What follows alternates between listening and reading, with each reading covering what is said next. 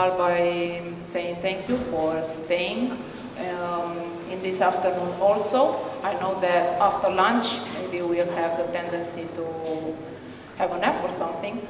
But, and thank you to our previous speaker, because she just raised us and maybe gave us some energy.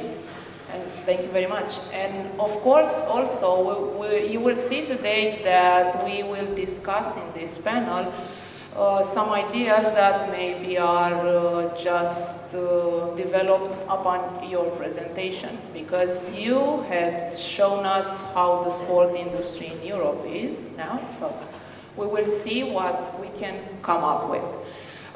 Before telling you what we will discuss, of course you see the title of our panel. I would like to give to my colleagues, the panel members, the opportunity to make a short self-presentation. So let's see what you can say in a couple of minutes in order for the audience to get to understand where you are coming from, and maybe afterwards the ideas and the suggestions that you are making will be even more understandable. So, Peter, you are near me, so you go first. Okay. Good afternoon, everyone. I'm Peter Zsedely. I'm originally Hungarian. We can switch it. Sorry. Okay. Is it working now? Thanks. Just switch. Okay. We can just switch then. Okay, so my name is Peter Zsedely. Good afternoon to everyone. I'm originally Hungarian, but I've been living in Brussels for 4 years now. But I'm related to both markets actually. I have websites, online businesses related to Hungary, a sports marketing website with news, interviews, reports over benchmarking and good examples from the sport business world. And also a sport career website where brands and sport organizations can post job adverts. I also work as a freelancer in sports marketing. I do communication for athletes and sport organizations. For example, I work with a Red Bull Air Race athlete, and I worked for 2 years with the European Stadium and Safety Management Association. So it's a bit of a mixture of the projects, what I do, and yeah, this is how I'm connected to this panel. So you will have a lot of examples from us, basically most of them from the business area, in order to get to know how you did it mostly in Hungary, and maybe some of the ideas that you will share with us will be suited even for Romania or the other countries that are presented here, and maybe they are facing the same challenges. So now let's go to Pompiliu from Romania. Yeah, my name is Pompiliu Mihaela Constantin. I'm TV sports commentator for Telekom Sport Romania. And but I'm here as a researcher at National University of Physical Education and Sport. I have a PhD in political sciences from Université de Bruxelles, Free University of Brussels, and a PhD in history from University of Bucharest. My area of interest is history of sport, anthropology of sport, socio-political aspects of sport in Eastern Europe, so that's it. Thank you very much, Pompiliu. And for our third member of our panel, let's go to Turkey now. And please, if you want to share a little bit of information about you, and afterwards we will go to our topics. Good afternoon, everyone. My name is Sebahattin Devecioglu. I'm come from Turkey. I work University of Firat in the Physical Education and Sports Faculty. I study fields sports management and sports economics. I work at Ministry of Youth and Sports Government. I am a member in UNESCO Physical Education Committee members. And the last year is Turkish government set up education community and members also Turkish Youth and Sports Ministry of Education committee members. I have this network, the sports economics. I study academics and business. I would like to participate in this business chain conference, and because I think so, very, very important conferences and very much opportunity and challenge for me too. Thank you very much. Thank you very much. So as you can see, we have the business, we have the mass media, and of course the research part. Pompiliu has shared with us a little bit about the fact that he's also a researcher, and maybe we'll get some information from some studies that are already made in this industry, and we have the public sector. So basically, I think with this panel we are covering every major aspect that should be involved in the sport industry. Before starting, let me say a few words about me. My name is Mihaela Constantinescu, as you can see, and my primary job is as a university teacher. I teach sports marketing, and I like sports marketing. My PhD is in this area. I'm also involved in several clubs with the communication part, and of course discussing with my panel about how we can face even better the challenges that we have here in the Southeastern Europe countries, and maybe develop sport is something that is very close to my heart. Our panel has the topic of challenges that we are facing, so we are intending to find some solutions or maybe examples of better practices in other areas. When discussing with my colleagues about what topics should we, let's say, bring in front of you, we had a lot of ideas. At the end, we have come up with 3, and the major one is how we can go from a big dependency on public money in sports to having, as a club, its own finance. So not depending on public money, just having a self-financing management. And of course, we will go through each topic at an example or something like that. But for starters, I would like to ask you, as an example, let's say that I'm a club. I'm Club A from Romania, and I would like for you guys to give me an idea how can I go from not depending on public money to having my own money, my own budget. So what did you say? Okay, I will start it, but I will make a step back and try to put it in a context, because I think it was very interesting what Oshea presented before us, to know the models, the theoretical models which work in the sport business, and know where we are. As it was said, Eastern Europe, Hungary for sure, is in the bureaucratic model. But yeah, I'm from the business side, so I would like to put it in practice as well, how it works, for example, in Hungary.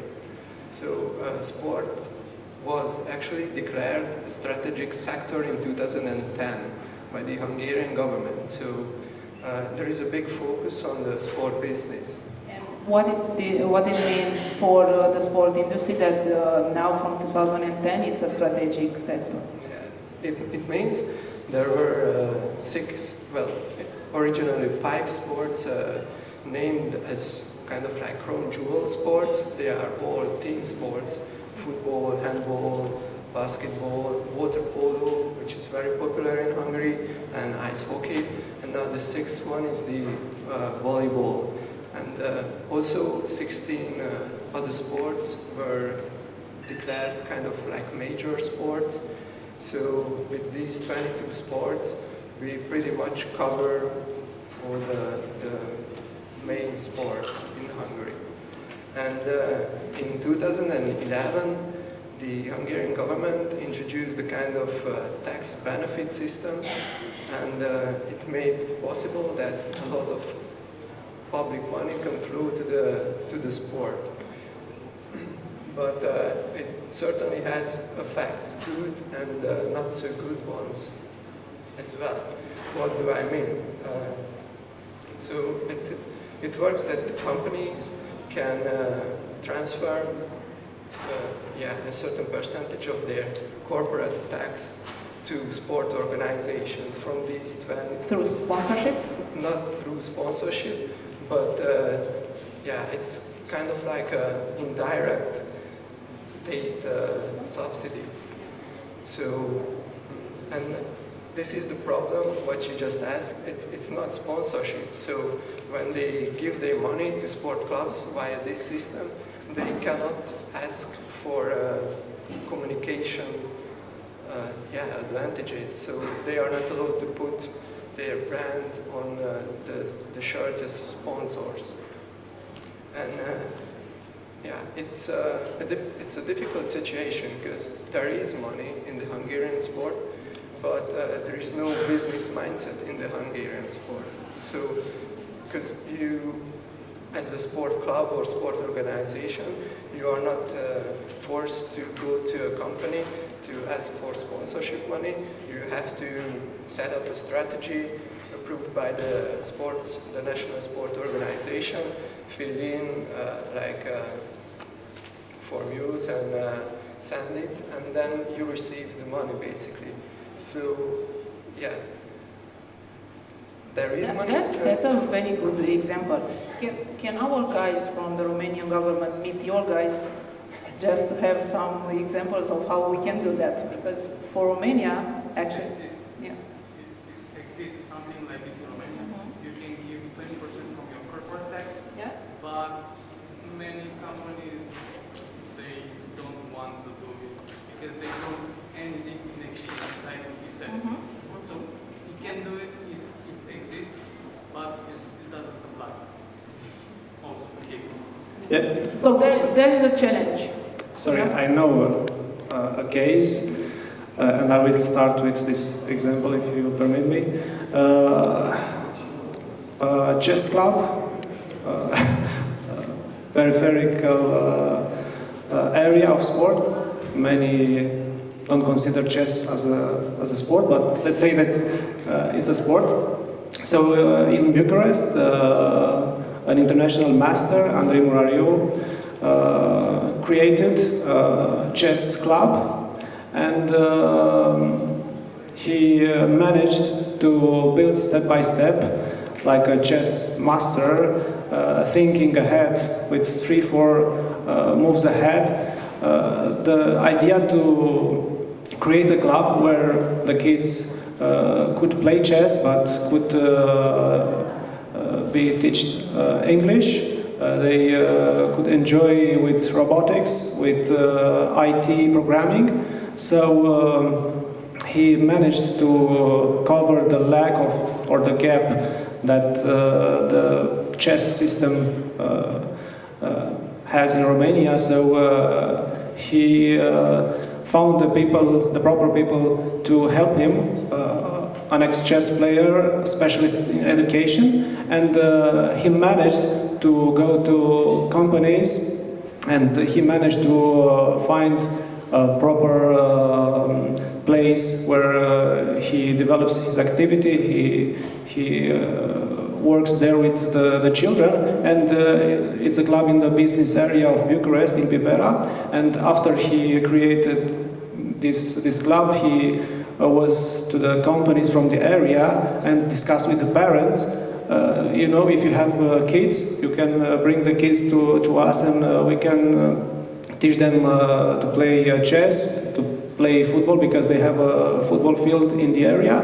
And he created a diverse chess club, but which offers many opportunities. And I think it is important to know very well the sources of your possible finance, let's say. So he think ahead, okay, who could be my, let's say, clients? On one hand, the parents, who are interested that their kids could enjoy, could play chess, could learn new things. And of course, the kids who are safe at the club, who have activities, and you can match these two things, and you can obtain money from parents, from companies, from the area, which are, of course, pleased to pay a tax for the employees, that the employees go there with their kids, so that the employees could stay more at work, knowing that their kids are in the chess club, and they are safe, and this is a model of business. So I think there are solutions, but you have to look carefully, and you have to think ahead the plan. You have to have a vision, and to know very well your domain, and to go further, and to see a large perspective for your club and your clients. Thank you very much. From your point of view, Sebahattin, how we can make sport efficient in terms of money? Yes. I think so. My opinion is we have to change to sports management system, because many clubs such as for such as sportive success, and but not only sportive success, we have to be economic success, because important social economics and marketing strategy. We have to development strategy, development new strategy. We have many models for business models and about sports clubs. For example, Barcelona, Barcelona have an innovation hub, they research and development center, and they development products. They sales and the T-shirt in the Japan and all the world, because they not only is sports club, but also business company like to. We have to collaboration is not local as international, and multidisciplinary is different sectors. We have to develop new projects, and we contact stakeholders as together in governments, municipality, also company. We contact to sponsorships, and we used to be media challenge is advantage. We have to, I think about, we have to change to mentality. Sports club is management is mentality. Yeah. The word that you have just said, the mentality that we have to change, maybe this is the start in order to develop, because in today's world, it's not sufficient to be a good athlete, or maybe to be a good club, or maybe have performances. We have to be attractive. to the public, to the audience. So we are discussing now how to get money. However, as a marketer, I would like to make a point here. You cannot promote something until you have something to promote. Actually, go back to the product, the sport product that you are offering, because people have to understand, why should I come to your game? Why should I buy your t-shirt? Why should I buy a gym membership? And you do not have to explain a lot. You have to be attractive. So a topic that we all discussed earlier and is very important for Romania and for other countries from the southeast of Europe, how to make sport attractive again, how to make sport an option for when people are thinking how to spend my free time. So when you have a weekend off and you want people to choose what to do on Saturday, on Sunday, how we can make sport an option? Not only products, as I forget, is we can develop organizations and we can service, because we have a much more services, education, for example, conference, and many organizations we can do. That is sports organization, education organization, and health organization, and the youth, and for children and women and disability peoples and the older peoples. Is one club is work to about is not only products and the development organizations and the service also. Actually, yes, sport most of the time it's in the service area, so it's even harder because you are not showing the product, yes. You are promising something, and that something should be attractive. Do you have any example of a sport product or service that becomes or became attractive and maybe build on that? I could start. Yes, there are some cases, and even in Eastern Europe, for example, Shakhtar Donetsk, with a well-known club, they realized that they have to be a visible club at international level. So what they did, they hired in 2010 an English guy, Joe Palmer, specialist in marketing, in commerce, in many directions, a good economist, and he started to develop a great team of 450 people, which changed Shakhtar Donetsk a lot. Shakhtar Donetsk was the first club which had his own TV channel. He started to offer to the spectators some facilities. They hired a sound specialist for the stadium.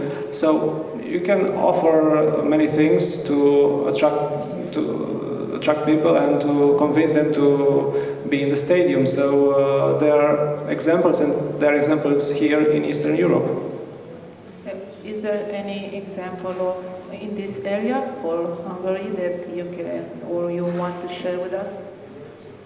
Yes, there is, and I would like to revert your question a little bit, because it's not just the fans asking what you can offer to me. You also have to know what they want, what is your product, what are the core elements. I'm gonna tell you an example. In 2017, Budapest Honvéd won the Hungarian football championship. So they ran a good season, and they decided to open the gates, so let the supporters in for free, and they didn't sell out. and they put their hands up that I don't know what else we can offer to fans than letting them in for free. But I think this is not a point where you have to stop. This is where you have to start analyzing the situation. So apparently it wasn't a matter of the ticket price, but they didn't know their product because, you know, they have an old stadium, okay, but also the parking is a bit far. So this is what also Andrea said about the Ajax stadium, that it's not just that hour and a half while the game lasts, but it's the whole afternoon experience.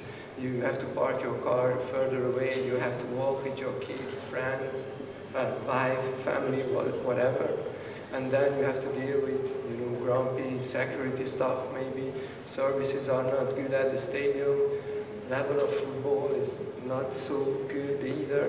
So it's the whole package. It's not just, I don't think there are like magic recipes that you have to lower your prices or improve the level of football or get a new stadium. You have to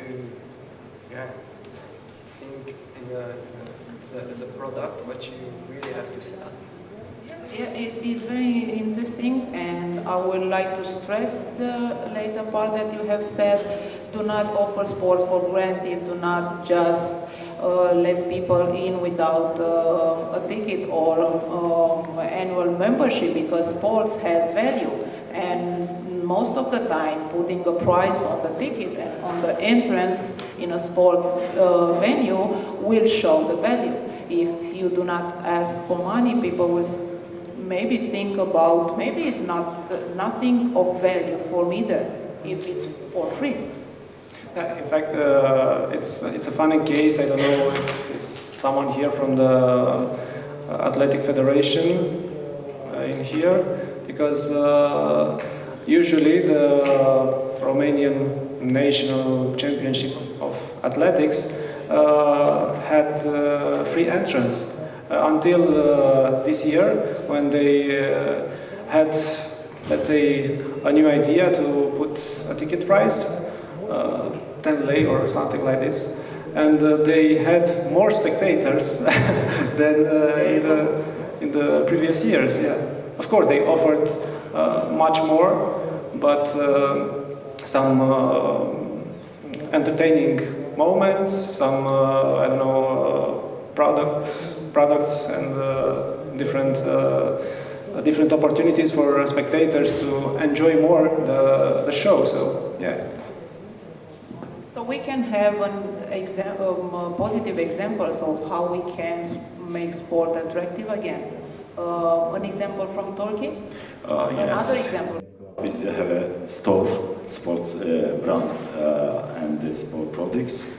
And Turkish sports club in Istanbul, as Fenerbahçe, Galatasaray, Beşiktaş, have a store, but they have a track. And if they go into Deplasman is much, and with together is track going to Deplasman products, service. This is very important marketing strategy, because going to another close to city or another city, you can sell these t-shirts, this gift. This is a Turkish strategy, I think, because last year's is one conference and the one American marketing experiences talk about these examples. This is very important, because it's contact to and the customer is very. Yeah, thank you very much. And you were talking about something that we, the marketing people, are discussing a lot: brand. The brand concept, the fact that we have to have a brand, and actually it's not something superficial. We have to have a brand because nowadays brand sells. There are a lot of products that are the same, there are a lot of services that are the same, so the brand is the one that maybe will help you stand out. So this is something that we have to bring into the sport industry also, the brand. Yes. No? And another strategy is stadium. Very important now is stadium, is smart stadium. Is the many club is starting its constructions in the stadium, and the stadium also and in the museum and the restaurant and another you can pay money and looking forward to stadium in the Spain, in England, and I think Turkey is starting is now is big club is stadium. Very important is marketing strategy. Yeah, but you have to have something to offer to people, and Pompiliu said very well, the experience, people are looking for the experience, and you have to know what people expect. As Peter said earlier, do not just deliver to them what you think that it's interesting. Find out first what they would like to see, and afterwards maybe you will adapt. Going a little bit back to the brand idea, because in our part of Europe, the branding concept in sports, I think it's lacking. From what we are seeing, we have a lot of athletes, and we saw that even today, even yesterday, with a lot of athletes that deserve to have a brand. We have a lot of clubs that deserve to have a brand, and when having a brand, the marketing part, it's easy and it's fun. You saw a lot of examples of how to do the marketing part when you already have a brand that is built. So we have to think how we can build a brand here in this part of Europe, having in mind the context that we have already discussed, having in mind the fact that we are not in the States when just saying I'm an athlete, okay, you have my respect. Here, and please take this as an off topic. When you are saying here, I'm an athlete, most of the people will say, okay, so you didn't go to school. Yeah? So the attitude changes. It's not a positive one. Most of the time is a negative one. So we have to go first past that and afterwards build a brand, because building a brand when you are not facing a negative attitude, it's easier. So what do you think that we can do in order to change this perspective? Because this negative perspective of the sport domain, of athletes, which is totally wrong, we all agree here in this hall that it's totally wrong to have a negative attitude towards sport and towards athletes, should change. If you have any example or any intake, how we can do that in order to develop? I agree, yeah. It's really important to build a brand and have a strategy for lots of things. It has added value, so you can sell your brand, your club, for more money to sponsors, to your supporters, to the other stakeholders. And it's also really important to have a brand to get you through difficult periods, because in sport there is only one winner, the others are basically losers if you regard them as this. But yeah, I cannot imagine that like Manchester United would head dive if the owner, I don't know, sells the club or something happens with them, like we heard or we all experienced it can happen in Eastern Europe. So it gives a continuity of valuing the club or the athlete. And yeah, it's hard work, and you have to be open for it. There are lots of elements which are pretty simple, like, you know, the visibility, having badge, logo. Even if you're an athlete, one of the most influential Hungarian athletes is a swimmer, a lady. She won 3 Olympic golds, and she has a brand. So I think she's more well known by her brand than her name. She's the Iron Lady, called Iron Lady on an international level as well. And she has 500,000 followers on her Facebook page, which is like double amount of the biggest sport media in Hungary. So basically she is a media asset on herself as well, and she can use it. Her husband was her coach, her trainer as well. They broke up, and yeah, she just keeps going. Do you know how all that started? How she could build her brand? Because now that she has it, yeah, it's very nice because the media just is there for her. But there was a beginning, and this is what is very interesting: how to get things started. You know how she did that?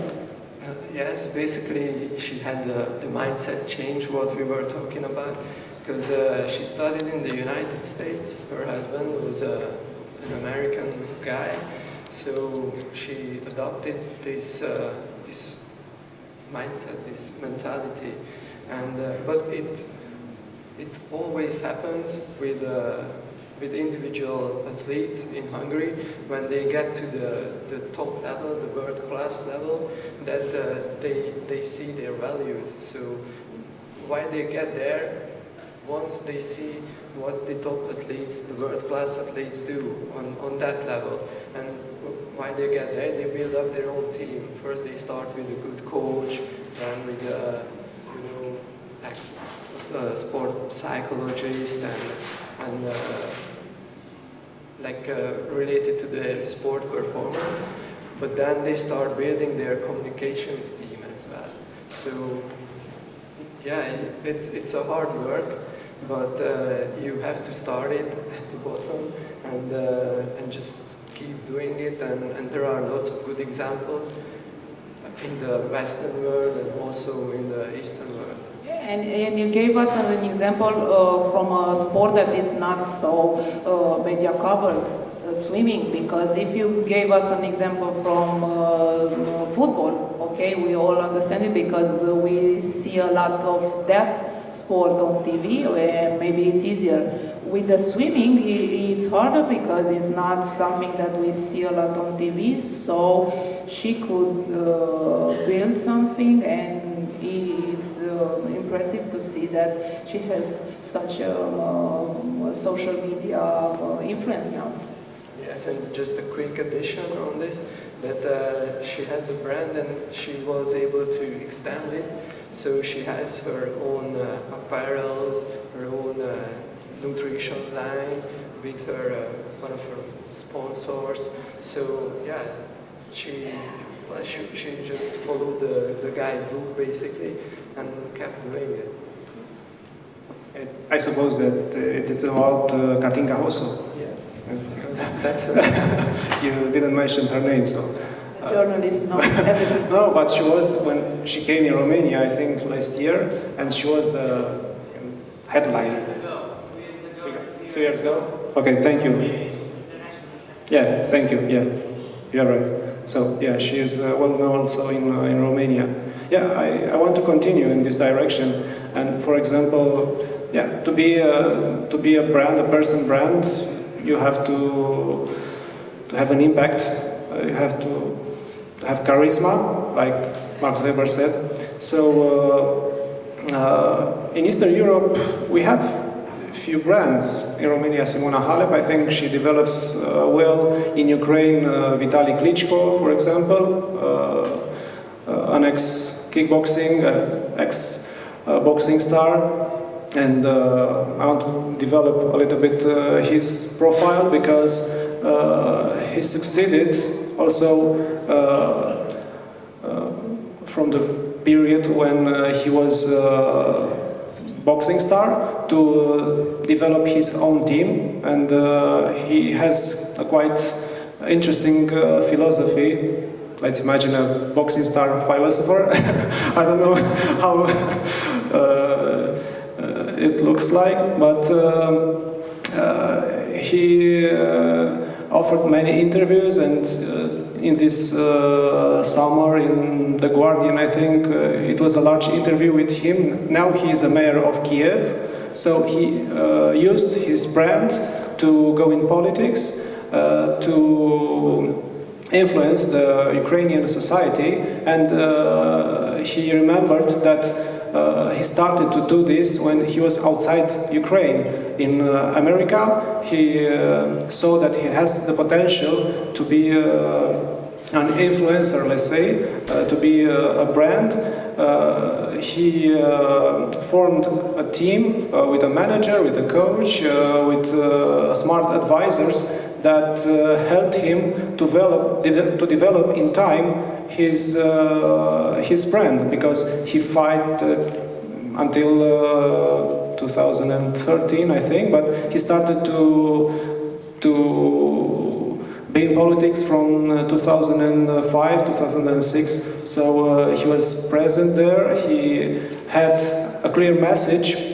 He, I don't know, he appeared like a humble sports star, but in the same time a man who could change the country. So I think a person brand should have clear ideas about, I don't know, integrity, social justice, and many values that the public want to identify.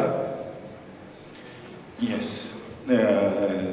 Today is everybody's marketing strategy know about 4P is price, place, and promotions and products. But now it's changed to this strategy.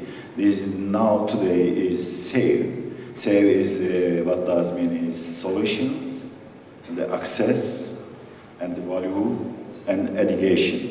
You have to choose too many problems about the products and the customers, and you have to access every time is 24 hours and 7 days, all time is.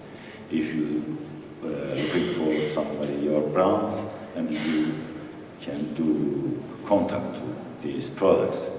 And the value very important today is because it is global is world, and the different cultures, different religions, different social economics, and the community, we have to respect to is value.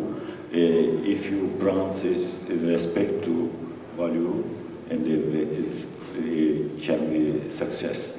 And education very important is you have to education is teaching these customers is very important, and social responsibility very important.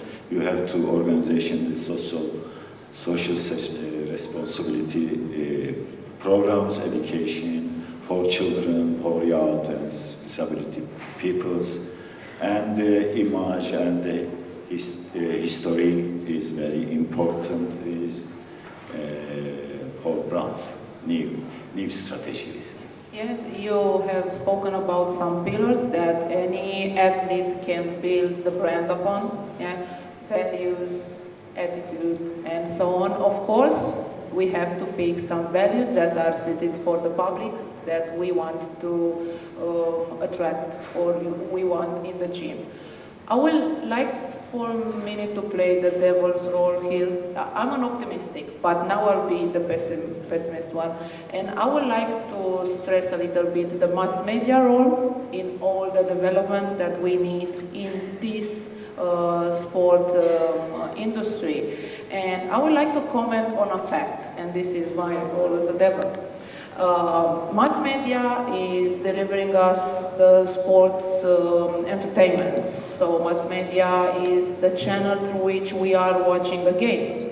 However, before watching the game, we have the news and we have the sports news. And in all that sports news, we saw a lot of let's say, problems with the sport domain. We have a lot of scandals, and when mass media is presenting sports in such a bad way, afterwards the TV presenter comes and say, but now we are, we will be presenting a match between X, let's say, company, or maybe some Champions League game, or maybe an internal game. However, if you just send us negative information about sports, how will you expect afterwards for us to just stay for 90 minutes and watch a game? So can you comment on that? And I'm watching you, Pompiliu, first, because you have the touch with this industry, the mass media, and how its role is in developing sports. Yeah, partially you have right. Yeah, the media maybe doesn't make very well this mission to transmit also positive things, but I think also the media has as objective to present the doping cases, I don't know, financial irregularities. So, okay, there are scandals, but these scandals are not starting from nothing. So, yeah, it has an impact, and there are studies, because I've read some studies in this direction. For example, in 2014, a Sorbonne study revealed that Tour de France had a 40% dropping in audience after the doping scandals. For example, the Chinese league, after fixed matches scandals, was in collapse. Also, after the Calciopoli scandal, 20%, the audience dropped with 20% from certain clubs. So yeah, it affects, it has, this negative presentation has an effect, but it's not starting from zero. Maybe we could compensate offering also more positive example, and here you have right, but we couldn't close our eyes, and we couldn't tell that everything is okay in sport, because doping exists, fixed matches are a reality, and we, as a mass media, as journalists, we have to put this in front of the people.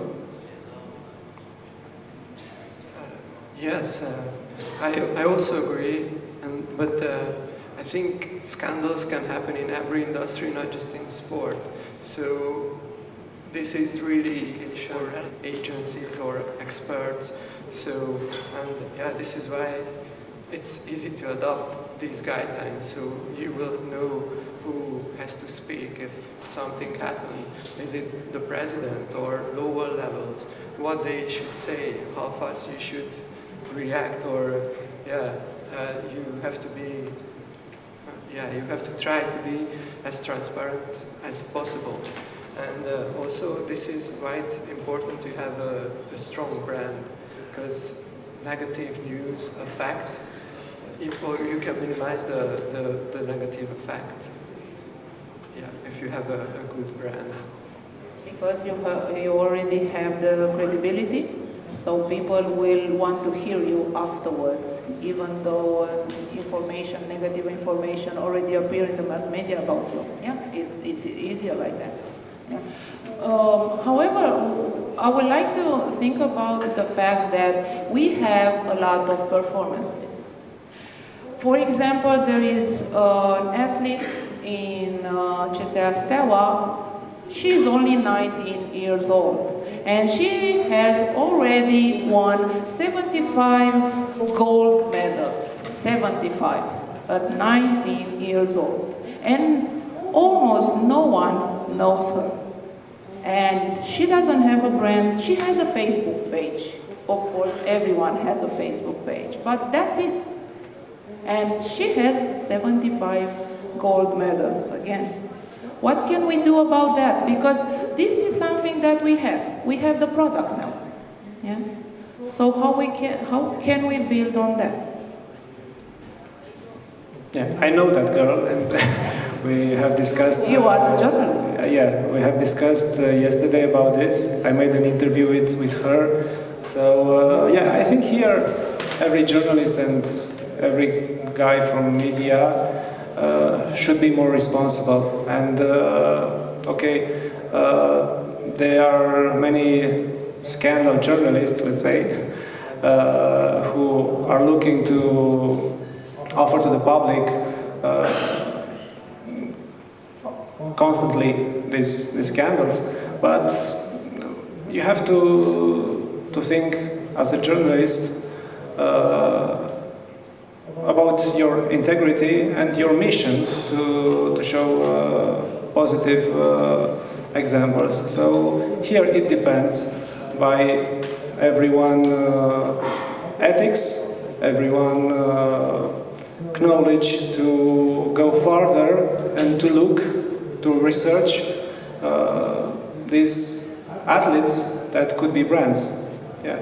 And it's not just the role of mass media to do that. Yeah, of course. Yeah? Yeah, mass media will learn about athletes and their performances through different sources. So maybe besides mass media, who can intervene in order to develop such an athlete into a brand?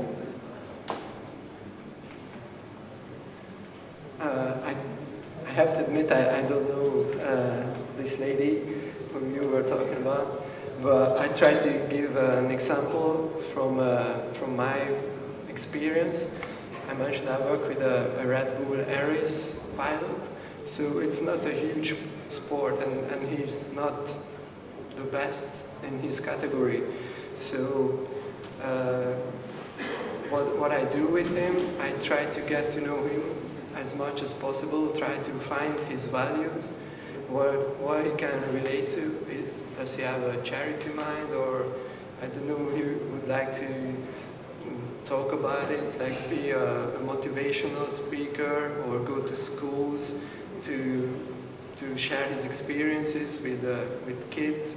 So it's lots of discussions, and then when we find his values, we try to jump on basically everything, like what Red Bull Aries does, like we've seen in the examples.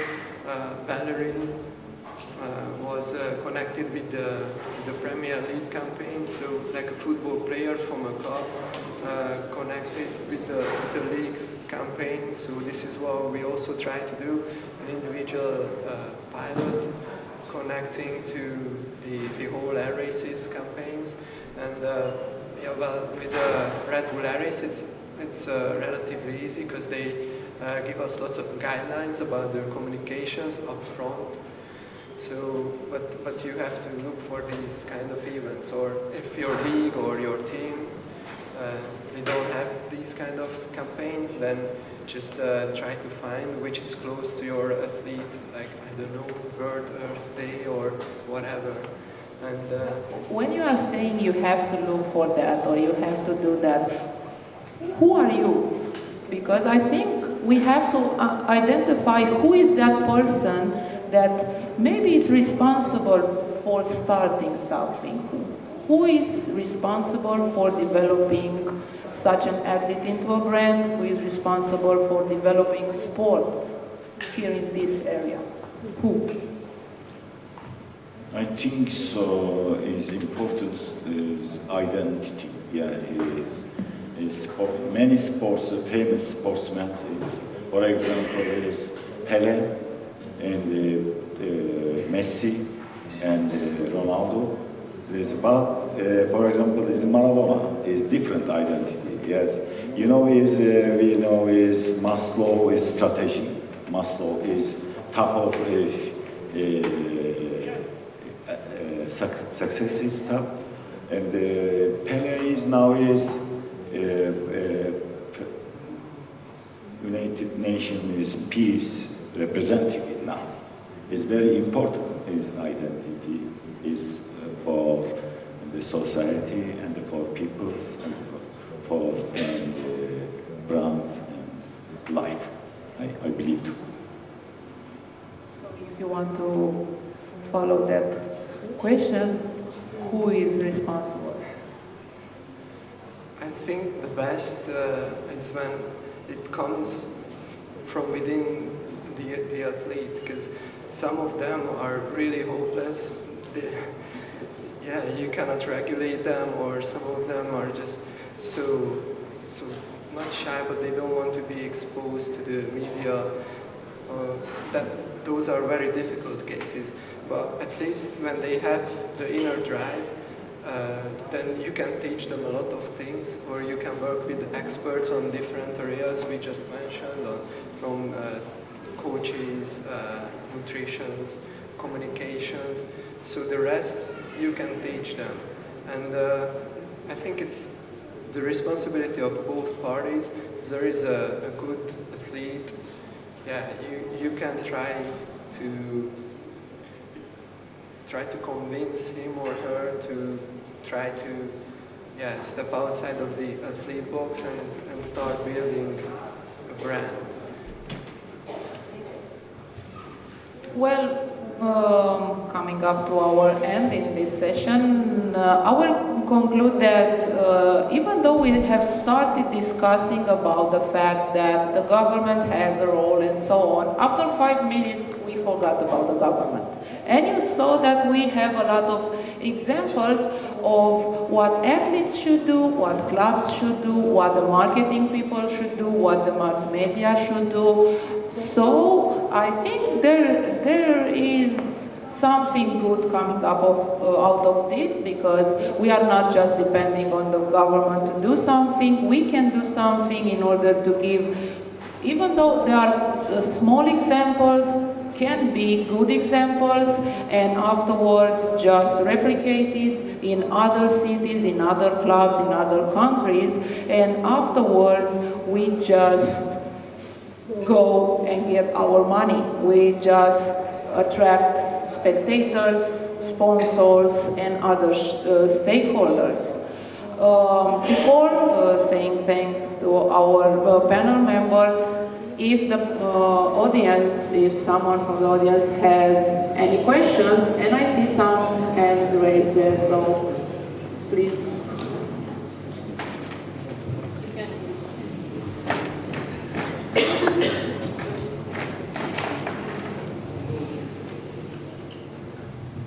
Hi, my name is Claudia, and I saw a lot of teams, football teams in Romania, that they have sponsor companies of betting companies of their t-shirts or whatever.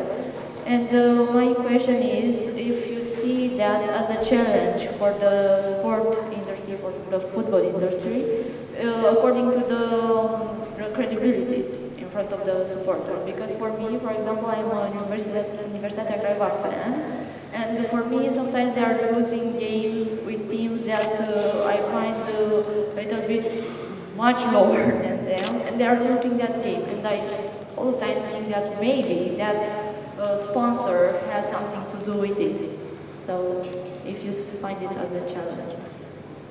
Yeah, of course, it is a challenge. The idea of integrity should be, I don't know, an essential aspect in a club activity, but let's say in Europe, this betting industry is very well controlled. So in Asia, for example, it's a black market industry of betting, and there it's impossible to verify the bets, the people who are betting. There are the important sum of monies in the betting industry. But in Europe, as the officials from betting houses are saying, everything is safe because betting houses are delivering all their transactions, their clients' names, their betting numbers. So at European level, they say that it's a secure market. But in Asia, for example, there are doubts, of course. But in Europe, that's the official answer. Yeah, I have the official answer. I don't know. I don't know more. But let's say it's better than in Asia. Okay. So we have a benchmark. I have a microphone. My question was is about the fact that you mentioned some scandals that affected football that journalists are pointing on before some games. But nowadays we notice a phenomenon on internet that some players use bad buzz to create their brand. What do you think about that? Because now we don't need journalists to create a brand. Some players use the social media to create their own brand and sell it. What the marketers that you have think about this phenomenon? Yes. Sorry. Please. If you want, can you repeat what they are using on the internet? They are using? The bad buzz.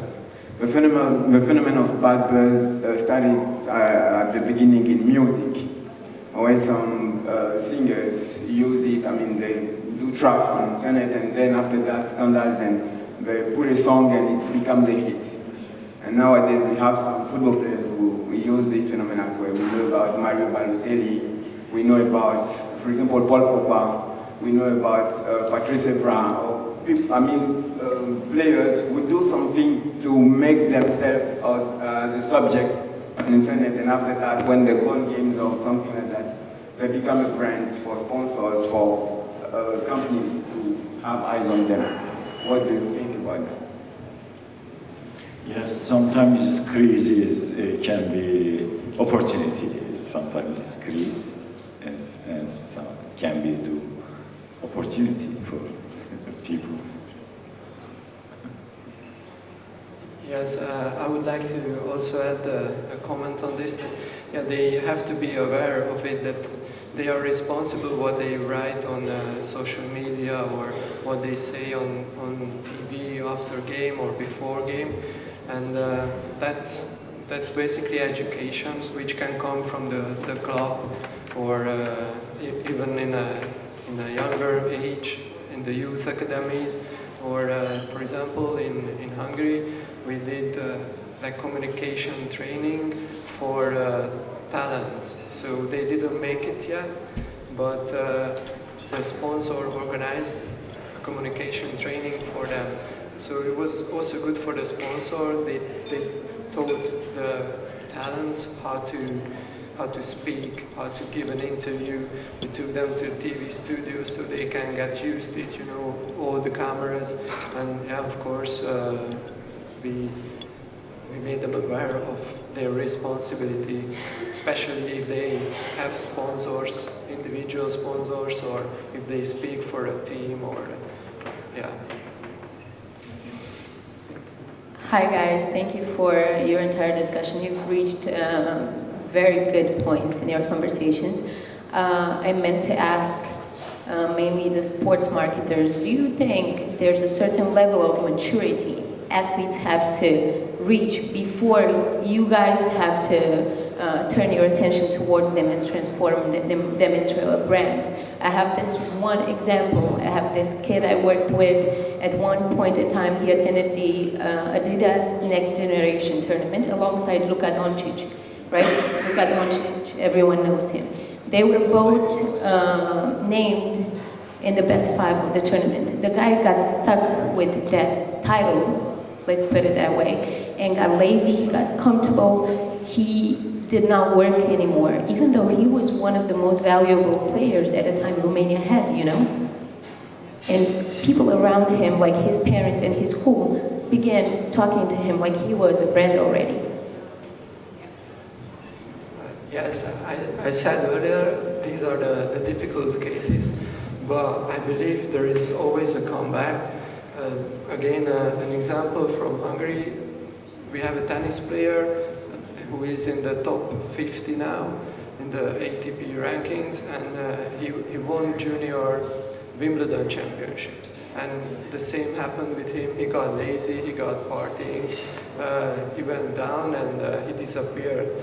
But he did come back, and now he's really focused.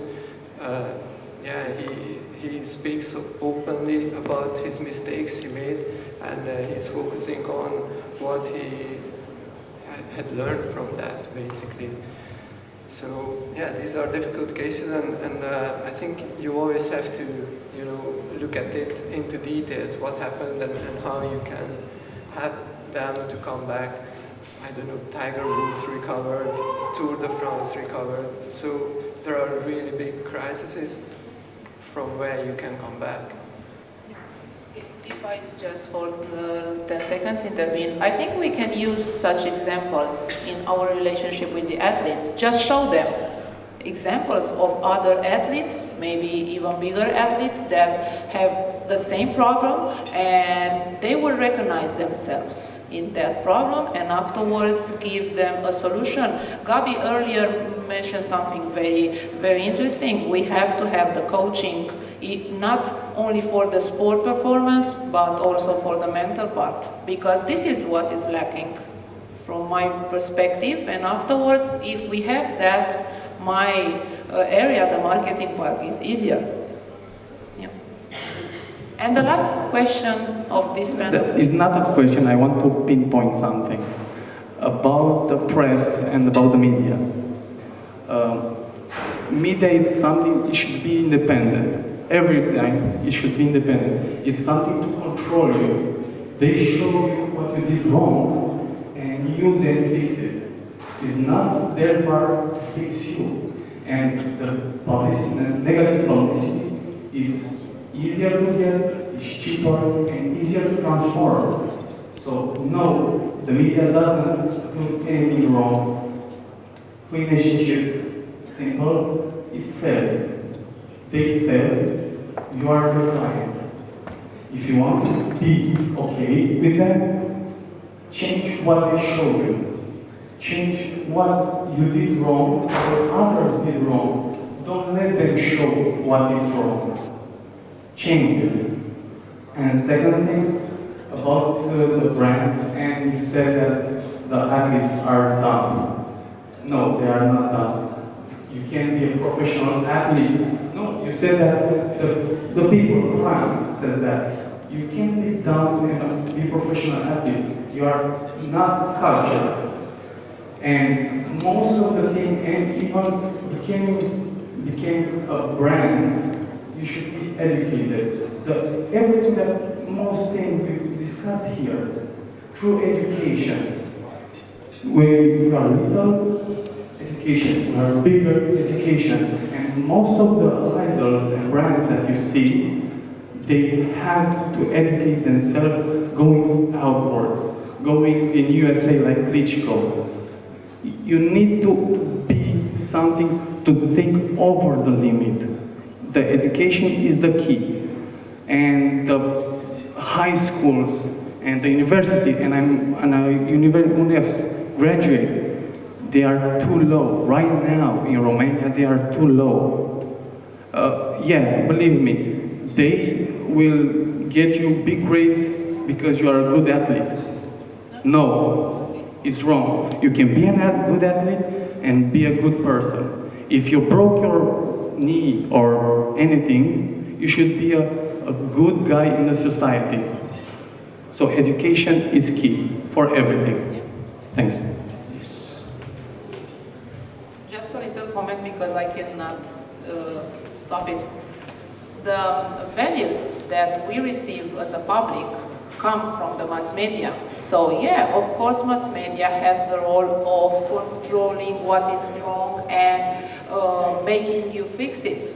And it's it's okay. But show positive also, because afterwards, if not, the public will just stick with the negative values of a sportsman, of an athlete. This is why I said, when here someone says I'm an athlete, most of the people will say, okay, I think you didn't go to school. I don't know that. It's just, exactly, this is why. Nowadays you have different types of media, and everything is a circle, and you choose what to see. No. Good luck with that. If you are more educated, you choose better. Yeah, but okay. Again, it's about education. Yeah, I like to close out with that because it's all about the education. Thank you very much. My teacher part of this, it's very happy with the conclusion that we have. And again, I want to thank my panel members, Peter, Pompiliu, and Sebahattin, for sharing all the examples. And if you have any questions or any comments afterwards, we will be at the cocktail. Yes, afterwards. Absolutely fine. So thank you very much. Say a big thank you to the panel. Thank you. And I'll just give out the customary awards, starting with Mihaela for wonderfully emceeing it. Thank you.